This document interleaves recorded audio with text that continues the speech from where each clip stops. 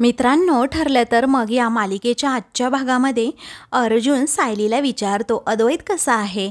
त्यावरती सायली सांगते आता ठीक आहेत, पण हट्ट करत होते तुमच्याबरोबर येण्याचा. मग शेवटी आईंनी दटावलं त्यांना, तेव्हाच कुठे जाऊन शांत झाले. तेव्हा तेजस म्हणतो त्याला जाऊन सांगायचं का की आपण निघतोय म्हणून, असंच कसं जायचं. वरती मानसी म्हणते अहो राष्ट्रहित, आपण त्यांच्याकडे लगेच कसं जाणार, कारण त्यांना आरामाची गरज आहे आणि त्यांना इथेच असू द्यात, आराम करू द्यात. तेव्हा अर्जुन म्हणतो बरोबर आहे. तेव्हा अरे पोलीस कलाचा शोध घेत आहे, तोपर्यंत आपण तुमचं काम करून येऊ, असं म्हणून तो सायलीला सांगतो. हे बघ, तू अद्वैतकडे लक्ष दे, तुला काही जरी वाटलं ना तरीही मला लगेचच कॉल कर, ओके.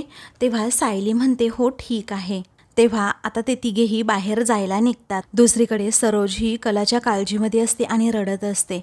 तेव्हा घरातील सगळेजण तिला समजावण्याचा प्रयत्न करतात की काही होणार नाही कलाला, अद्वैत आणेल तिला शोधून.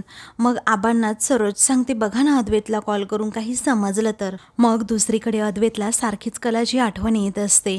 कशा प्रकारे राहुलने तिला पकडलं, गाडीत बसवलं, तिच्यावर गन रोखली, हे प्रसंग त्याला आठवतात आणि म्हणूनच तो अस्वस्थ होतो.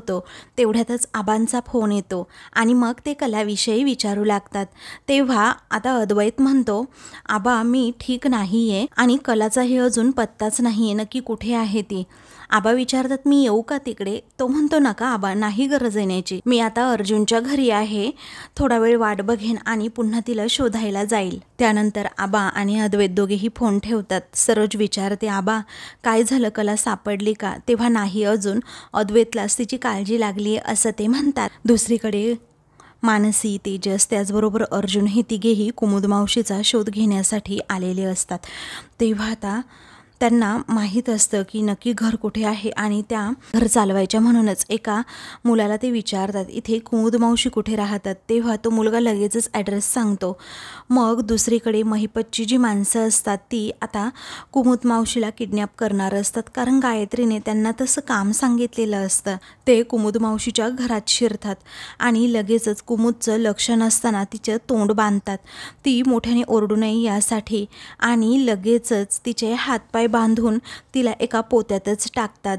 तोपर्यंत इकडे कुमुद मावशीच्या घराजवळ आता अर्जुन, तेजस आणि मानसी हे तिघेही आलेले असतात. अर्जुन म्हणतो की आय थिंक हेच घर असेल समोरचं.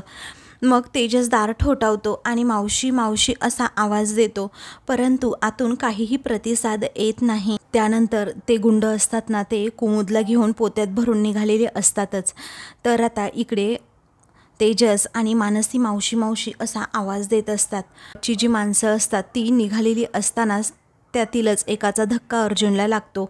त्यावरती मानसी एकाला विचारते काय हो, तुम्हाला इथे कुमुद मावशी राहतात माहिती आहे का. तेव्हा तो फक्त नाही असं म्हणतो आणि लगेचच पुढे पुढे जातो. आता अर्जुन म्हणतो अरे काहीतरी बोला, पण कोणीच काही उत्तर देत नाही, ते आपले सरळ तसेच निघून जातात. त्यानंतर अर्जुन म्हणतो आता समोरचं दार तर बंद आहे, पण पाठीमागच्या दिशेने तर नक्कीच जाऊ शकतो, म्हणजे खिडकी किंवा दार असेल तर. त्यानंतर ते मागच्या दरवाजाच्या दिशेने येतात, तर मागचं दार आता बंद असतं. त्यामुळे अर्जुन, मानसी आणि तेजसला प्रश्न पडतो असं कसं काय, घरात कोणीच नाही आहे, समोरचं दार बंद, मागचं उघडं. तेव्हा अर्जुनला शंका येते की मगाशी जी 4-5 माणसं गेली नक्कीच काहीतरी गडबड आहे, आणि तो लगेचच आता पुढे जातो त्या माणसांना शोधण्यासाठी, परंतु ती सगळे महिपतचे गुंड निघून गेलेले असतात. तेव्हा तेजस, मानसीसुद्धा त्याच्या पाठोपाठ येतात. त्यानंतर अर्जुन म्हणतो की तू कुणाला तरी समजले अरे तेजस की तुम्ही इथे कुमुद मावशीला भेटायला आला आणि त्या व्यक्तीला तुमची भेट व्हायला नको, आणि म्हणूनच हे सगळं घडवून आणलंय. आता नक्की ती व्यक्ती असेल कोण, हा प्रश्न अर्जुनला पडतो. तेव्हा तेजस, मानसी म्हणतात गायत्री वहिनी. तेव्हा अर्जुन त्या दोघांकडे पाहतच राहतो. दुसरीकडे कलाला एका ठिकाणी किडनॅप करून ठेवलेलं असतं. तेवढ्यातच महिपतची माणसं ही कुमुद मावशीला सुद्धा घेऊन तेथे येतात. तेव्हा कुमुद आता वेड्यासारखी करत असते, कारण ती म्हणत असते माझी छाया, माझी छाया, आणि मी दूर निघून जाणार. मग आता कला हळूच विचारते काय हो मावशी, तुम्ही कुठून आलात. तेव्हा आता तिला काही बोलता येत नाही, ती फक्त छायाचं नाव घेत असते आणि मी दूर जाणार असं म्हणत असते. त्याचवेळी आता कलाला आठवतं की कशाप्रकारे जेव्हा तो माणूस म्हणजे महिपत हा गायत्री वहिनींबरोबर फोनवर बोलत होता, तेव्हाच मी सगळं ऐकलं होतं. मग त्यानंतर आता जेव्हा कुमुद मावशी या सारख्या आपल्या बोलत असतात त्याच वेळी मात्र राहुल त्यांच्यावर ओरडतो आणि विचारतो, काय रे, हिचं नाव काय आहे? तेव्हा कुमुद आहे असं महिपतचा एक माणूस सांगतो. मग राहुल म्हणतो, एक कुमुद गप्प बस. मग कलाला सुद्धा क्लिक होतं, म्हणजे कुमुद आणि गायत्री वहिनीचा नक्कीच काहीतरी संबंध आहे. इकडे सायली ही आता अद्वैतच्या रूममध्ये येते. त्याला चहा घेऊन ती गेलेली असते. अद्वैतला आवाज देते पण तो तिला कुठेच दिसत नाही. इकडे तिकडे पाहिल्यानंतर 2-3 वेळा आवाज दिल्यानंतर अद्वैत इथे नाही ही गोष्ट जेव्हा तिला समजते तेव्हा ती पुन्हा किचनमध्ये येते आणि विचारते, काय हो आई, अद्वैत भाऊजी तर त्यांच्या रूममध्ये नाही आहेत. तेव्हा अगं तो तर त्याच्याच रूममध्ये होता मघाशी, मी पाहिलं होतं असं कल्पना म्हणते. तो कलाला शोधायला सुद्धा जाऊ शकतो अगं. मग आता सायली सांगते, अहो मी ना यांना कॉल करून सांगते अगो. तेव्हा सायली अर्जुनला कॉल करते आणि म्हणते, अहो अद्वैत भाऊजी त्यांच्या खोलीमध्ये नाही येत आता, मी तेथे बघायला गेले होते त्यांच्या रूममध्ये. मला असं वाटतंय कलाचं शेवटचं लोकेशन जिथे होतं ना मंदिराजवळ तिथे तेच शोधायला गेले असतील. हे ऐकून अर्जुनला धक्का बसतो आणि म्हणतो, मी पटकन तिकडे पोहोचतो. सायली म्हणते, हो मी सुद्धा येते तिकडे. मग आता सगळेच जण लगेचच फोन ठेवून आता मंदिराच्या दिशेने जायला निघतात. तर कल्पना म्हणते की आई मी जाते हा अद्वैत भाऊजींना शोधायला. आता दुसरीकडे अद्वैत खरोखरच इकडे कलाला शोधण्यासाठी मंदिराकडे आलेला असतो आणि खरे खरे असा आवाज देतो, परंतु त्याला खरे कुठेही सापडत नाही किंवा दिसत नाही. त्यामुळे तो अजूनच अस्वस्थ होतो. त्याला आता कलाबरोबर घालवलेला प्रत्येक क्षण आठवत असतो. त्याला आता तिची या क्षणी तरी खूपच म्हणजे खूपच काळजी वाटू लागते. तो अगदी तिच्या स्वप्नांमध्येच रंगून गेलेला असतो. त्याला कलाशिवाय दुसरं काहीही सुचत नसतं. त्यानंतर तो आता शोधून थकतो आणि एका बाकावर बसतो.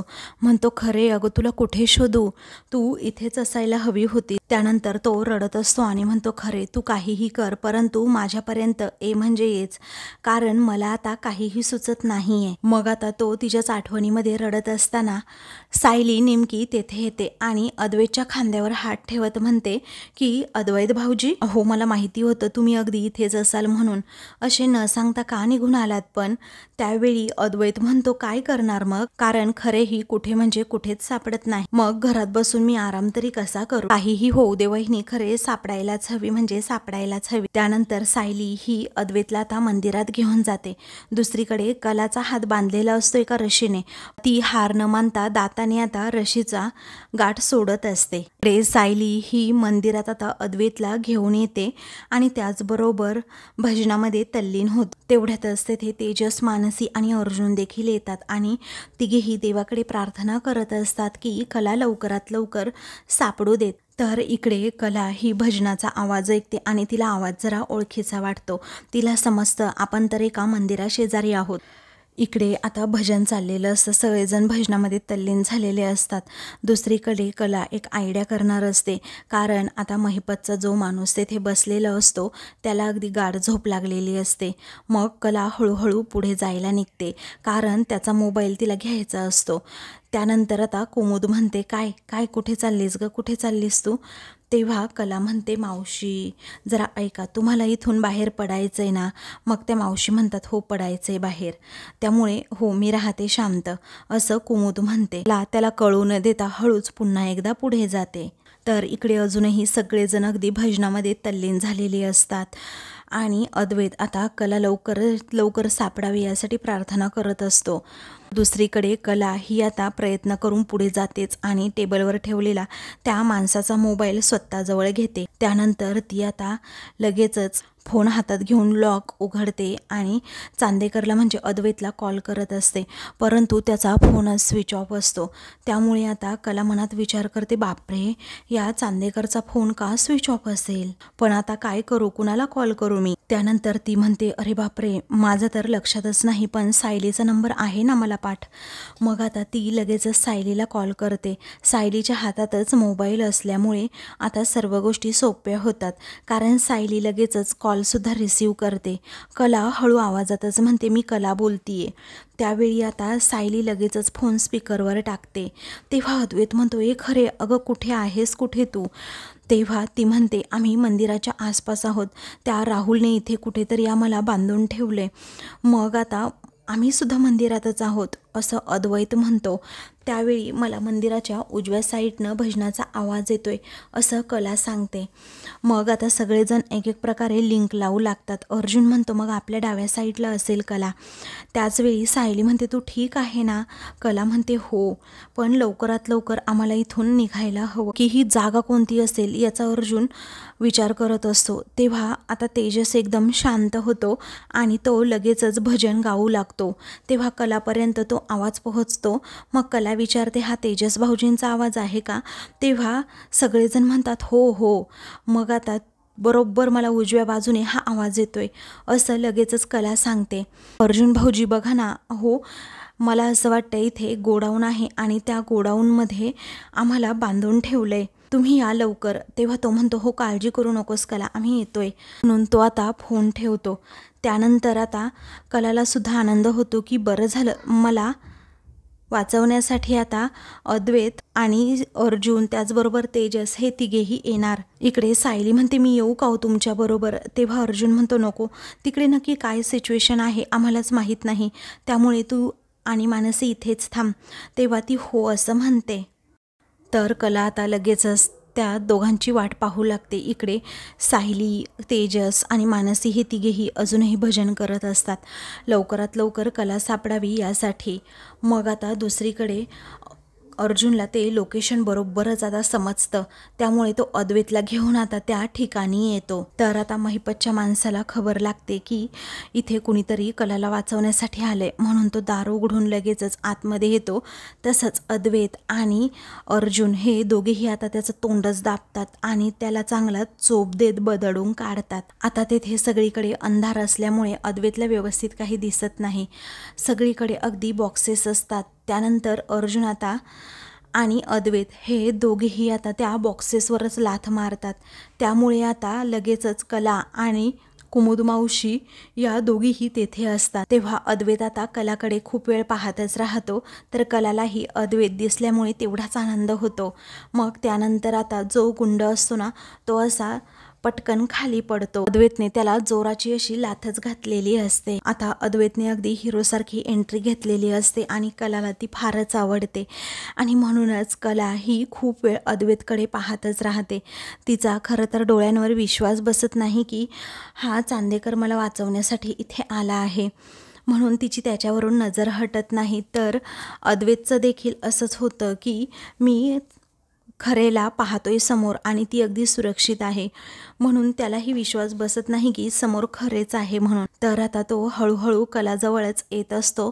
तेवढ्यातच ते गुंड समोरून धावत अद्वैतवर हल्ला करणार असतात. तेवढ्यातच आता अर्जुन तेथे येतो आणि अद्वैतला बाजूला करत त्या गुंडाला चांगली लाथ घालून खाली पाडतो.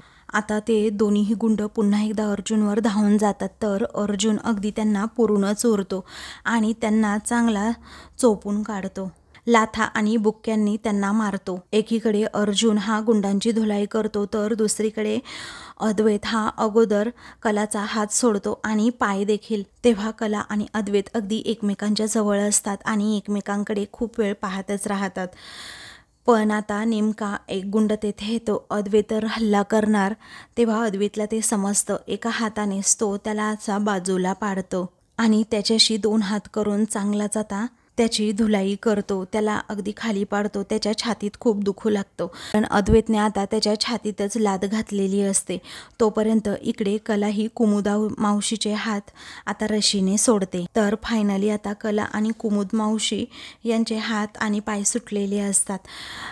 आता त्या दोघीही जरा घाबरलेले असतात, कारण अजूनही ते गुंड अर्जुन आणि अद्वैतवर हल्ला करणार हे त्यांना माहीत असतं. त्यानंतर आता अद्वैत आणि अर्जुन दोघेही असे गोल गोल फिरतात, कारण त्यांना गुंडांना चांगलंच बदलून काढायचं असतं आणि म्हणूनच आता गुंड जेव्हा त्यांच्यावर हल्ला करू लागतात तेव्हा हे दोघेही पुन्हा एकदा त्या गुंडांची चांगलीच धुलाई करून त्यांना बदडतात. तर आता कुमुद मावशी या जरा घाबरलेल्या असतात, त्यामुळेच कला आता त्यांना सावरते तर आता महिपतच्या गुंडांना अर्जुन आणि अद्वैत हे दोघेही अगदी पुरून उरतात.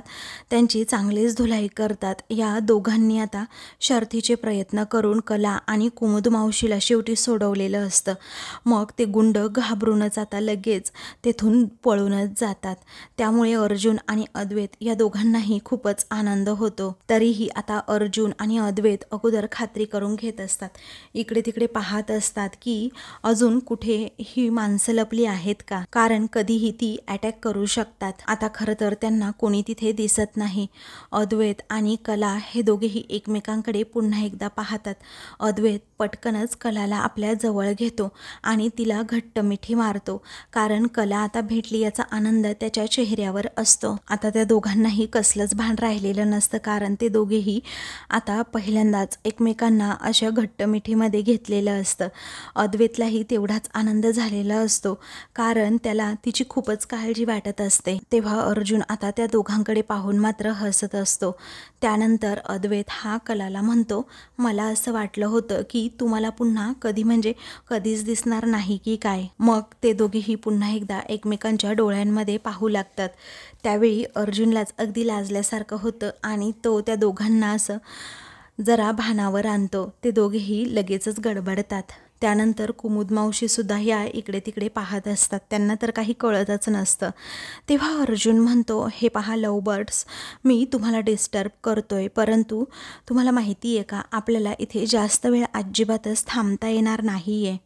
तर आता सर्वजण तेथून जातात आणि तेथून गेल्यानंतर लगेचच राहुल, गायत्री आणि महिपत हे तिघेही तेथे येतात. तेथे आल्यानंतर आता तेथे कुणी दिसत नाही हे पाहून आता गायत्री तर डोक्यालाच हात लावते. राहुल विचारतो की काय, अरे एकही जण इथे नाहीये, कुठे गेली, कुठे तुमची ती माणसं, असं महिपतला तो म्हणतो. आणि एक काम करा, त्या अद्वैतच्या पाठीमागे जायला सांगा तुमच्या त्या माणसांना आणि चांगला फोडून सुद्धा काढायला सांगा. तेव्हा महिपत त्याला म्हणतो, अरे तू अजून बच्चा आहे, जगात काही एकच खेळ नाहीये कुस्ती, अरे बुद्धिबळ सुद्धा आहे ना, आणि त्या बुद्धिबळातला माझा उंट मी आता पुढे सरकवलाय. आता तो असा कधी तिरका तिरका चालत कधी सुभेदाराच्या घरात पोहोचेल, हे तर त्या सुभेदाराला सुद्धा कळणार नाही, असं महिपत सांगतो. त्यावेळी राहुलला आता महिपतचं बोलणं काहीच कळत नाही.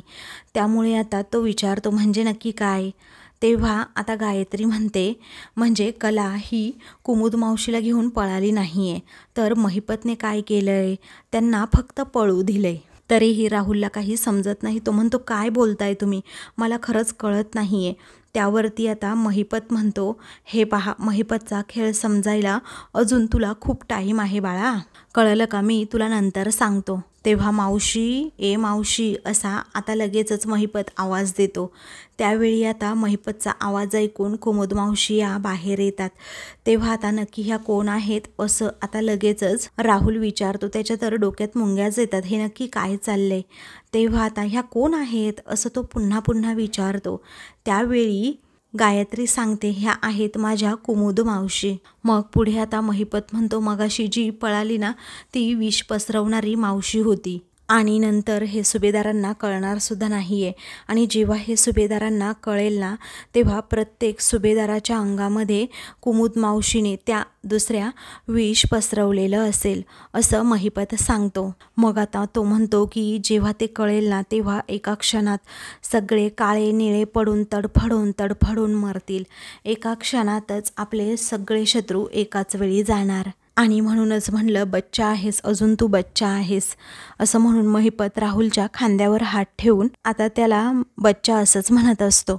तर इकडे आता कल्पना ही पूर्ण आजींना विचारते, मला सांगा, त्याची भांडी काढून ठेवली आहे, तेवढी बघता का, सगळी व्यवस्थित आहे ती.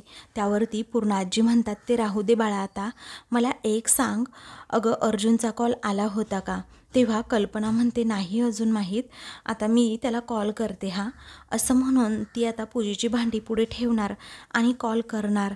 तेवढ्यातच तिथे अद्वैत, त्याचबरोबर अर्जुन, तेजस आणि बाकी सगळ्या जणीसुद्धा आलेल्या असतात. पूर्णाजी काळजीनेच विचारतात, काय रे, अरे एवढा वेळ कुठे होतात तुम्ही. त्यानंतर अर्जुन म्हणतो, अगं पूर्णाजी, या कुमुद मावशी आहेत, या कशा सापडल्या ना, याची स्टोरी मी तुला नंतर सांगतो आता. त्यानंतर अर्जुन विमलला आवाज देतो आणि म्हणतो, मावशीची रूम जरा साफ करून ठेव, कारण त्यांना आरामाची गरज आहे. मग आता विमल लगेचच पुढे होते आणि कुमुद मावशीला घेऊन रूममध्ये जायला निघते. त्यानंतर आता पूर्ण आजी म्हणतात की मला असं वाटतं की आता तुम्हाला आरामाची खूप गरज आहे.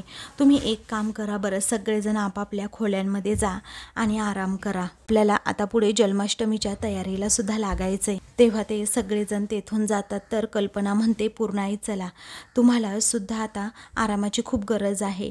असं म्हणून कल्पना पूर्ण आजींना रूममध्ये घेऊन जायला निघते. त्यानंतर आता सायली पदर खोचून कामाला लागणार असते. तेवढ्यातच मधुभाऊ तेथे येतात आणि मग सायली त्यांना पाहून खूपच खुश होते आणि म्हणते मधुभाऊ बरं झालं हा तुम्ही आलात.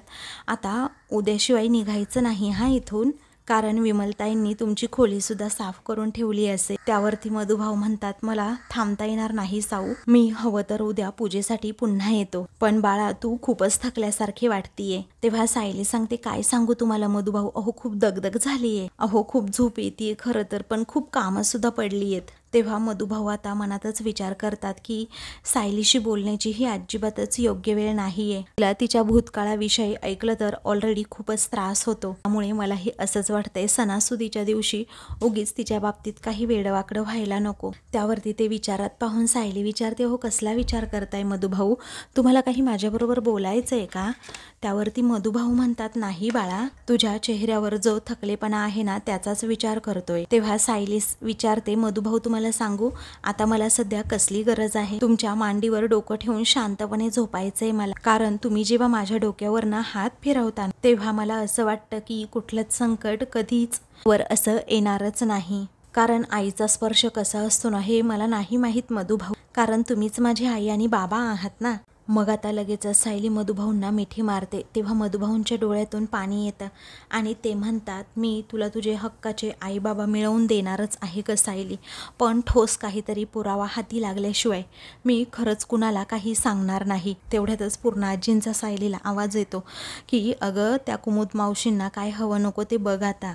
मग सायली म्हणते हो बघते हा पूर्ण आजी. तेव्हा आता मी निघतो बाळा असं मधुभाऊ म्हणतात. सायली म्हणते ठीक आहे मधुभाऊ मी नाही अडवणार, कारण तुमची बाळंसुद्धा वाट बघत असतील ना तुमची, आणि त्यांनाही सण साजरे करण्यासाठी तुम्ही हवेच असाल. त्यामुळे आता जा लवकर आणि पूजेला यायला उशीर करू नका. मग मधुभाऊ हे सायलीचा निरोप घेतात. तर आता मित्रांनो अशाच मालिकेंचे पुढील भाग पाहण्यासाठी चॅनलला सबस्क्राईब करा.